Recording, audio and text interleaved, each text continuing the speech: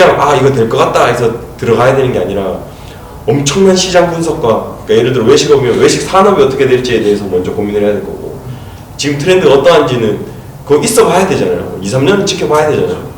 근데 한 2, 3개월 보고 다 들어온다는 거죠. 왜 이렇게 빠르게 접근을 하고, 왜 이렇게 부모님 돈 벌리고 뭐 대출 받고 막 이렇게 빠르게 들어올까 생각해 보면 너무 다 지금 조급하게 덤벼드는 게 아닌가. 일단 제일 첫 번째는 유동인구를 지켜보는 거고요. 근데 유동인구 중에서도 구매력을 가지고 있는 인구를 당연히 지켜보는 거고, 그 다음에 자리는 그 특정 지역에 사람이 엄청 많을 수도 있고, 직장인 이제 구매력을 가진 사람이 엄청 많을 수도 있지만, 목이라고 하는 거는 흘러가는 자리가 있고, 사람들이 머무는 자리가 있고, 시선이 위로 가는 데가 있고 아래로 가는 데가 있잖아요. 그래서 사람들이 어디를 쳐다보고 가는지도 계속 지켜보고, 그 다음에 그 주변에 제일 잘 되는 아이템들이 어떤 건지, 사람들이 주로 뭘 먹는지. 예를 들어 다 느끼한 거를 먹는 골목이 있을 수도 있잖아요. 여기 다 유명한 게 다 느끼한 거예요.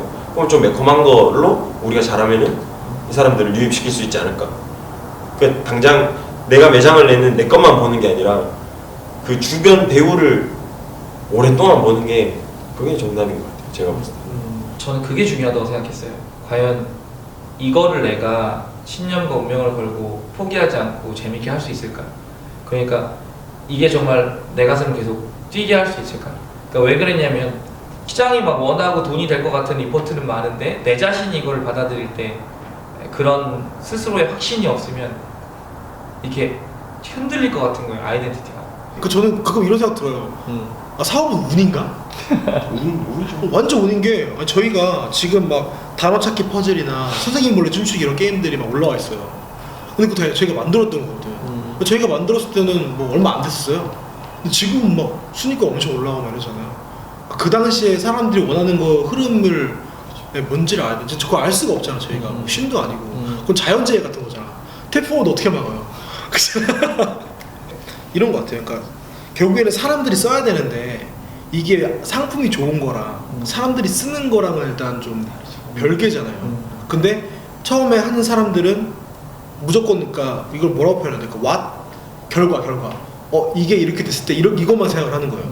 이걸 왜 쓰는지를 먼저 생각을 한 다음에 결과가 나와야 되는데, 근데 제가 일하다 보니까 대부분의 이제 개발자나 이런 기술 쪽에 관련된 분들은 왓을 좀 선호하는 것 같아요. 이거는 뭐야? 이거는 뭐다? 라는 거. 디자이너는 if를 생각하는 것 같아요. 만약에 내가 만들면 이렇게 돼. 근데 사실 저희는 다 기획을 하는 사람들이잖아요. 어떻게 보면은 계속 왜를 생각해야 되거든. 창업을 하고 싶은 사람들은 왜 이게 사람들이 이용할 건지 생각을 해야 되는데, 먼저 아이템 먼저 만들고 이거는 생각 못했다가 나중에 실패한다면 이거 왜 이랬구나, 이렇게 되는 게 많으니까. 그래서 계속 이걸 왜 쓸 생각을 해봐야 되거든. 네, 생각이 드는 게 뭐냐면 처음에 창업을 시작하면은 원래 다 뭐든 아끼고 싶잖아요. 돈도 아끼고 싶고, 그다음에 좋은 인력도 보고 싶고, 이렇게 생각이 드니까 낚시도 하고 얼마 줄 테니까 알아가지고 쇼부도 치고 했는데, 여기였던 게 그 당시 직원들한테 월급을 제가 얼마 주냐면 30만 원 줬어. 30만 원. 그거 노동력 착취잖아요. 근데 그때는 어쩔 수가 없잖아. 별적페이. 네, 어쩔 수가 없어 보면. 근데 이렇게 하다 보니까 지금 와서 되게 후회가 되는 건 뭐냐면, 이런 생각이 들어요. 그런 월급을 받고 했던 직원이기 때문에 괜찮은 사람이 있을 리가 없는 거예요. 그죠? 뭐 지분을 준다든가, 뭐 돈을 많이 준다든가, 뭔가 그 사람한테 필요한 게 가야 그 사람도 하는 건데. 그래서 저는 어떻게 해서든지 초반에 제대로 된 월급을 주고 하는 게 맞다고 생각해요.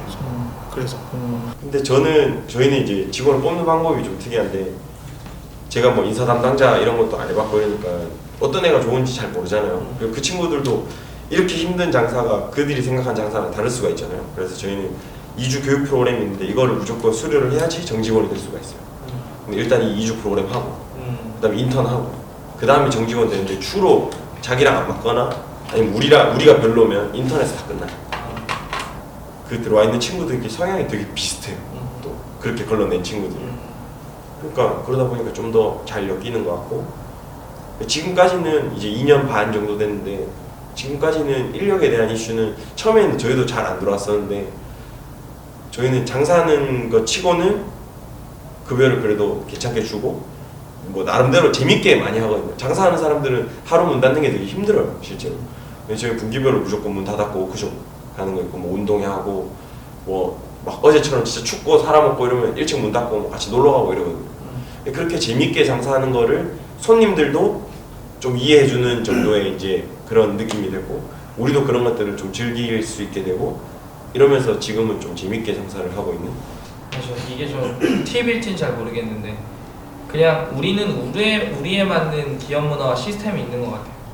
그러니까 업종마다 좀 다르잖아요. 그런 부분이 다른데 제가 예전에 그런 인사 이동이 있었을 때 되게 힘들었던 건 얘가 빠지면 공백이 있거든. 그리고 이걸 할 사람이 없거든. 근데 그게 할 사람이 없어도 그 공백을 채워지려면 이건 처음 얘기를 하는 건데 처음부터 이것을 운영하는 CEO가 이걸 알고 있으면 전 좋았던 것 같아요.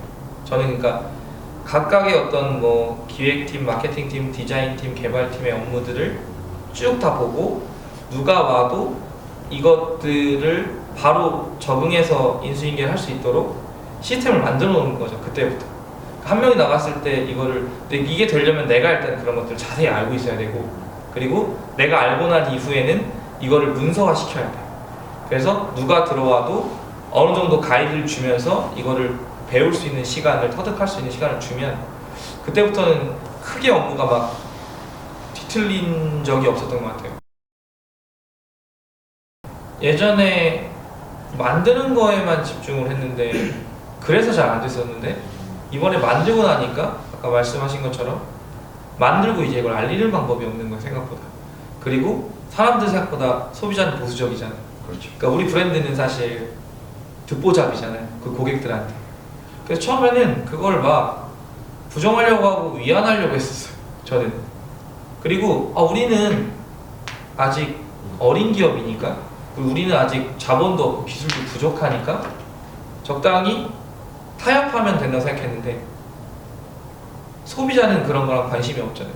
니네 제품이, 니네 서비스가 내가 이 정도의 돈을 지불하고 이용할 만하면 이용하는 거고 아니면 그 사람들 입장에서는 그냥 안 쓰면 되는 거잖아요. 그래서 정말 그런 궤리는 좀 달라서 조금 바꿨어요. 저는 방향을. 그러니까 작은 기업, 어린 기업은 달라야 된다고 생각했어요. 저는 기본 자체가.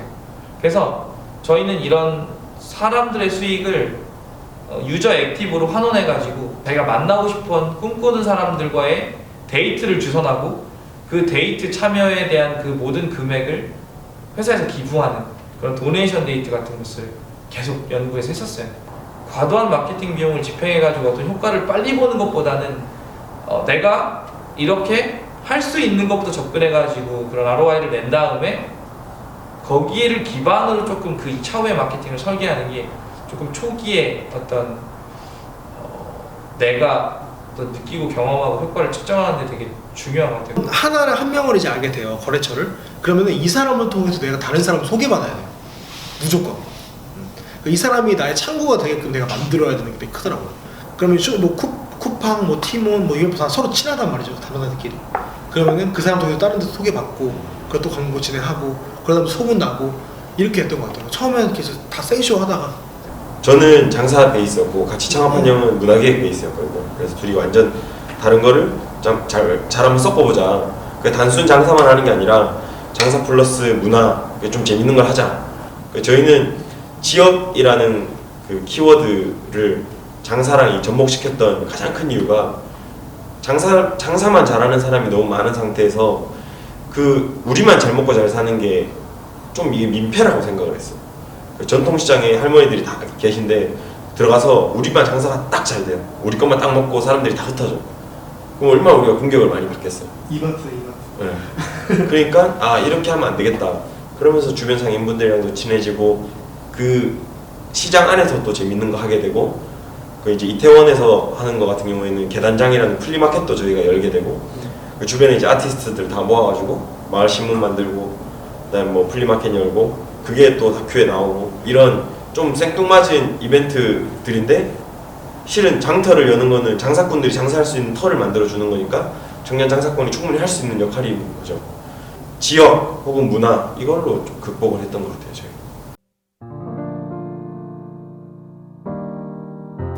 저는 일단 업 자체가 장사다 보니까 다들 너무 진입장벽이 낮다라고만 생각을 해가지고 쉽게 도전하는 친구들이 너무 많아요. 젊은 친구들 중에도 마찬가지고 대학생 친구들도 마찬가지고 아버지 돈 좀 빌려가지고 하려는 친구들도 많고 그래서 제 주변에 여러 말아먹었거든요. 근데 이게 매몰 비용이 너무 커요. 장사는 딱 그냥 시작하는 순간에 보증금 빼고는 다 못 받는 돈이라고 생각하면 되거든요. 이 매몰 비용을 줄여야 되는 건데 이걸 줄이기 위한 노력을 하는 게 아니라 좀 더 편하게 그냥 프랜차이즈 끼고 이렇게 대부분 하거든요. 그래서 우리가 젊을 때 가지고 있는 게 결국에는 시간이랑 몸뚱아리 하나 가지고 있는 거 없는 게 돈이잖아요. 그럼 이 있는 걸 가지고 없는 걸 커버치기 위해서 노력을 좀 많이 해야 될 것 같다라는 거라 너무 쉽게 생각하지는 않았으면 좋겠다. 이게 생각보다 되게 힘든 일이고 유지하기도 계속 힘든 일이고 앞으로 경쟁은 더 치열해질 건데 그냥 쉬운 마음으로 덤벼들었다가는 망할 확률이 너무 높으니까 일단은 경험을 먼저 해보는 거를 뭐 튀김을 할 거면 좀 튀겨보고 창업을 하면 망할 확률이 좀 더 내려갈 거고 그러면 사회적인 매몰 비용이 줄어들 거고 그러면 그런 비용들이 좀 더 좋은 곳에 쓰이지 않을까. 끝으로 저는 언젠가 꼭 창업을 해보시라고 말씀드리고 싶어요. 다른 사람이 뭐라고 해도 안 된다고 해도 아니라고 해도 본인이 사랑한다면 본인 자신의 확신이 있다면 먼저 시작하면 그만큼 빨리 배울 수 있고 과연 지금 내가 하고 있는 일에서 진정한 가치를 느끼고 주인이 될 수 있느냐 그리고 거기에 대한 목표가 훗날 후회하지 않을 성취와 가치로 남느냐가 되게 중요한 것 같아요. 그래서 저는 언젠가 제가 왜 해보라고 했는지는 정말 이 영상을 보고 해보신 분들은 나중에 저한테 제가 왜 그랬는지 아실 것 같아요. 지금 제가 아무리 말을 해서 지금 해보라고 얘기를 해도 그 감정은 해본 사람끼리만 느끼기 때문에 꿈이 있으시면 사랑하신다면 결코 그 꿈을 포기하지 않고 현실에 맞춰서 이뤄가셨으면 좋겠어요.